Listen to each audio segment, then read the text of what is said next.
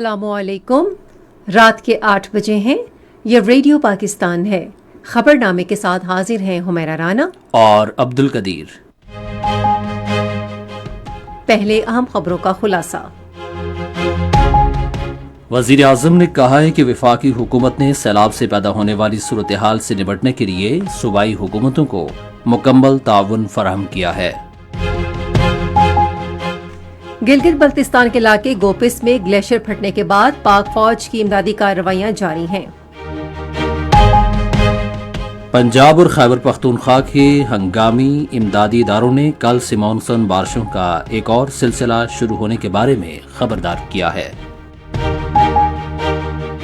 وزیر اعلیٰ پنجاب نے صوبے میں سیلاب زدگان کے لیے کلینک آن ویلز اور فیلڈ ہسپتالوں کی سہولت فراہم کرنے کی ہدایت کی ہے. نائب وزیر اعظم کل سے بنگلہ دیش کا 2 روزہ سرکاری دورہ کریں گے. وزیر اطلاعات نے رواں سال بھارت کے ساتھ کشیدگی اور جنگ کے دوران ملکی بیانیہ مؤثر انداز میں اجاگر کرنے پر پاکستانی ذرائع ابلاغ کی تعریف کی ہے. قومی اقتصادی کونسل کی انتظامی کمیٹی نے 212 ارب روپے کی لاگت سے اسلام آباد میں جناح میڈیکل کمپلیکس اور تحقیق کے منصوبے کی منظوری دی ہے. بلوچستان حکومت نے کوئٹہ اور تربت میں اپنے گرین اور پنک بس منصوبے کے تحت 21 بسیں چلانے کا اعلان کیا ہے. دفتر خارجہ نے کہا ہے کہ پاکستان بھارت کے ساتھ دہشت گردی سمیت تمام تصفیہ طلب امور طے کرنے کے لیے جامع اور مدلل مذاکرات کو تیار ہے. بھارت نے مقبوضہ جموں و کشمیر میں جبر و استبداد کا سلسلہ تیز کرنے کے لیے سینٹرل ریزرو پولیس فورس کی مزید 3 بٹالینز تعینات کرنے کا حکم دیا ہے.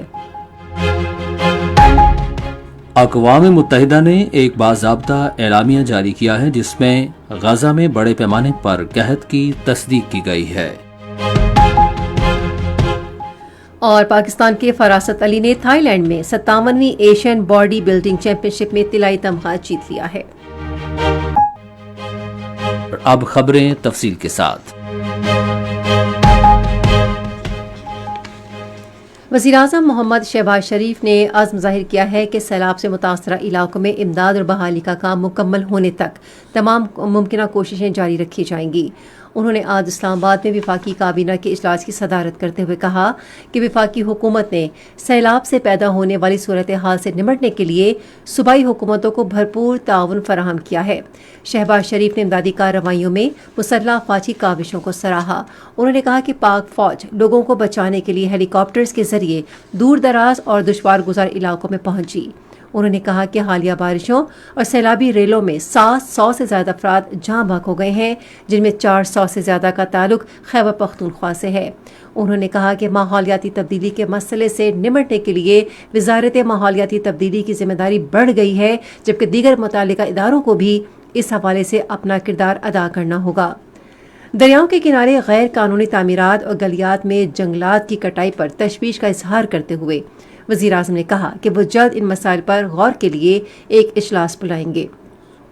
انہوں نے کہا کہ انسانی ہاتھوں سے ہونے والی تباہی ناقابل قبول ہے. چینی وزیر خارجہ کے دورہ پاکستان کا حوالہ دیتے ہوئے وزیر اعظم شہباز شریف نے کہا کہ چین پاکستان کا دوست اور اسٹریٹجک شراکت دار ہے. انہوں نے کہا کہ دونوں ممالک کے درمیان تعلقات وقت کے ساتھ مزید مضبوط ہو رہے ہیں. انہوں نے کہا کہ چین نے ہمیشہ پاکستان کی حمایت کی ہے.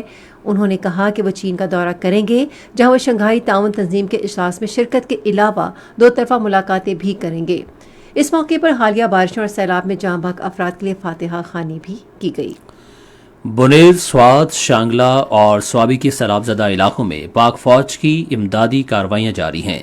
انجینئرز کور کے دستے ملبہ صاف کرنے اور راستہ کھولنے میں مصروف ہیں. پاک فوج کی ہیلی کاپٹرز کے ذریعے راشن اور دیگر ضروری سامان پہنچایا جا رہا ہے. سیلاب سے متاثرہ علاقوں سے لوگوں کو محفوظ مقامات پر منتقل کیا جا رہا ہے.